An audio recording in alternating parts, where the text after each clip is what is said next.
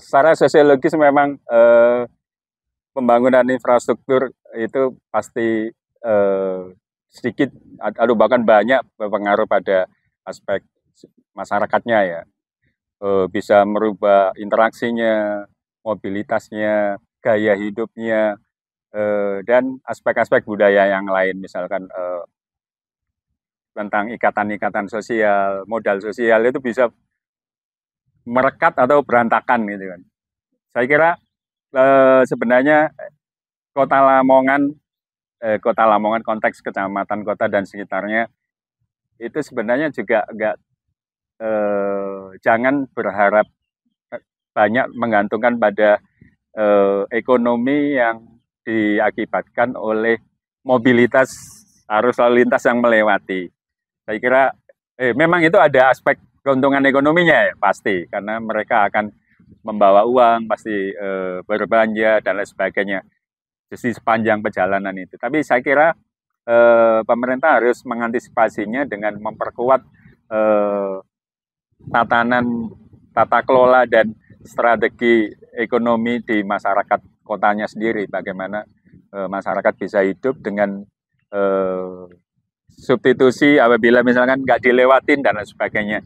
Itu memerlukan penyiapan-penyiapan. Akan terasa misalkan sepanjang jalan yang dilewati ini, misalkan dalam 1 bulannya ada sekian miliar yang harus dibelanjakan ke masyarakat Lamongan terus hilang gitu.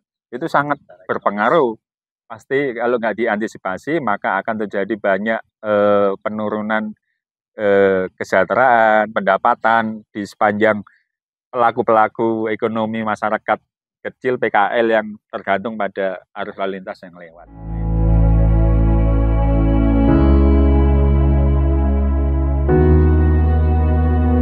Kalau itu sebenarnya kan ada aspek branding secara sosial sebenarnya kita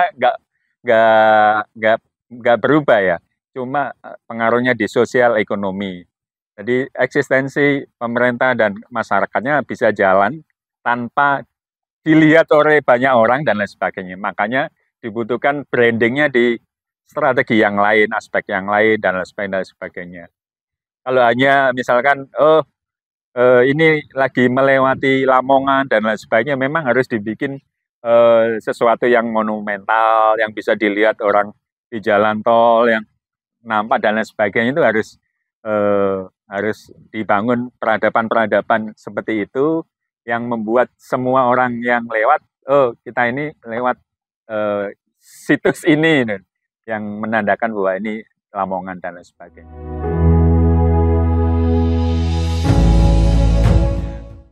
Peradaban itu harus dibangun, jadi tidak proses harus ada, tidak instan.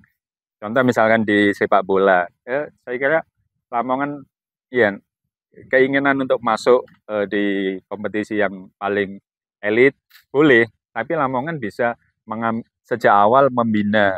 Jadi ada beberapa titik sekolah sepak bola yang di manage secara serius oleh pemerintah daerah bekerjasama dengan swasta misalnya dan sebagainya. Termasuk di bidang seni dan budaya. Ada misalkan sekolah gitar, sekolah biola, sekolah menyanyi, sekolah menari, dan nanti akan melahirkan putra-putra Lamongan yang punya kualitas di situ 5-10 tahun ke depan dan lain sebagainya.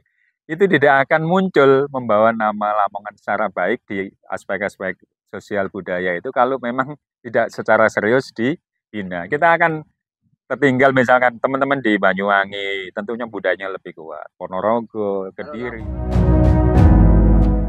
Ya saya kira kita bisa mengkais-kais apa yang bisa potensi lokal. Contoh sekarang yang tren misalkan tentang lagu-lagu Jawa misalkan. Kota sebesar ini dan penggemarnya juga besar di sini, kenapa tidak ada misalkan komposer dari Lamongan dengan lagu-lagu bahasa Jawa khas kita, misalkan panturayan kayak gini, hal kayak gitu nggak ada yang bina dan tidak aja memfasilitasi. Kalau ada orang punya bisa membuat lagu, siapa yang ngiringi musiknya? Tapi itu tidak atas desain, tidak dibina, tapi inovasi sendiri, belajar sendiri. pemerintah itu perlu membuat, ya itu tadi, tata kelola sosial budayanya masyarakat. Kapan mereka dikasih panggung tampil, misalkan SMA itu misalkan ada komunitas-komunitas dikompetisikan, muncul bibit unggul dan lain sebagainya. Mau kawasan kuliner Sekopuranan di mana? Ya misalkan sekian desa itu bekerja sama bagaimana memasok industri skala kawasan. Nah, di PKL Buranan sekian ratus orang itu butuh apa saja, itu pemerintah daerahnya cabai, bikin ini, termasuk berasnya seperti apa yang cocok untuk nasi Buranan dan sebagainya. Nah, itu by design. Sekian desa itu memang dikelola, produksi cabai, produksi dan lain sebagainya. Kayak Padang.